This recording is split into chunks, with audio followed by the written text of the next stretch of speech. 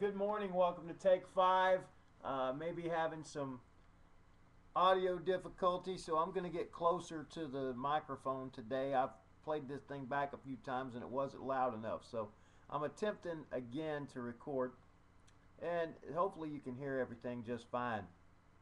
This is in Matthew chapter 1, verse 6. And Jesse, the father of David the king, the wife of Uriah, and David was the father of Solomon by the wife of Uriah, and Solomon the father of Rehoboam, and Rehoboam the father of Abijah, and Abijah the father of Asaph, and Asaph the father of Jehoshaphat, and Jehoshaphat the father of Joram, and Joram the father of Uzziah, and Uzziah the father of Jotham, and Jotham the father of Ahaz, and Ahaz the father of Hezekiah, and Hezekiah the father of Manasseh, and Manasseh the father of Amos, and Amos the father of Josiah, and Josiah the father of Jeconiah, and his brothers at the time of the deportation to Babylon. This is a list of the kings of Judah. You can go back and look in 2 Kings or 2 Chronicles, somewhere in there, and you get this same exact list, but it's missing a few, and I don't know why Matthew left a few out. But the point here is that David is a king, and Jesus is a king. And he's descended from a long line of kings, not just David, but many of them. So he's an earthly king. He's got the right to claim the throne. That's why we see all this list of kings. You don't see plumbers. You don't see farmers. I don't know if they had plumbers back then. You don't see, shopkeepers. You don't see carpenters. You see kings. And some were warriors, and some were landowners and things like that, but they were the kings of Israel and Judah.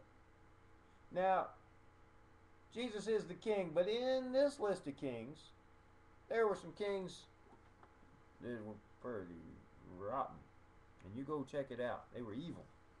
But you got some that were basically good but had some bad days.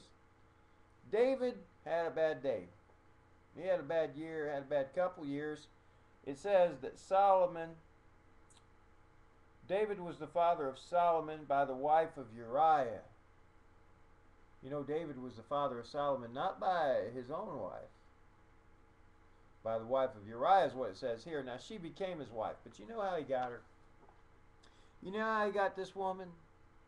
Well, he wanted her. He was walking around on the roof of his palace. He should have been out fighting in the war. They were at war.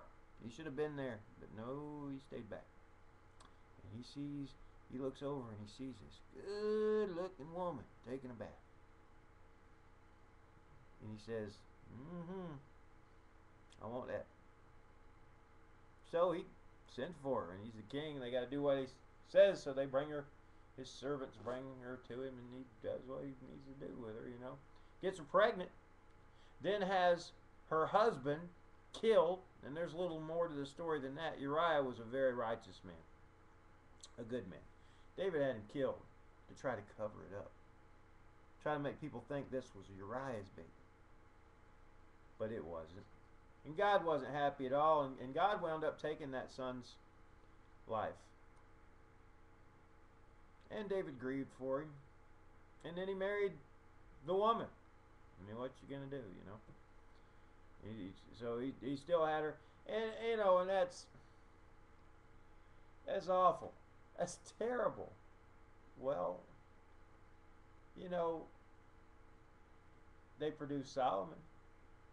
Solomon wrote 3 books of the Old Testament. He wrote some of the Psalms. He was one of the greatest kings that's ever been. He was the wisest man that's ever lived. So he still blesses us today. And again, another example of God taking lemons and making really, really good lemonade out of it, because he's in control.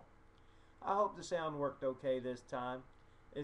You're going to see this lesson over and over. God uses our sin and does great things with it. Now, he'd rather use our obedience, I think, and we learned that from Ruth, but he can use it all.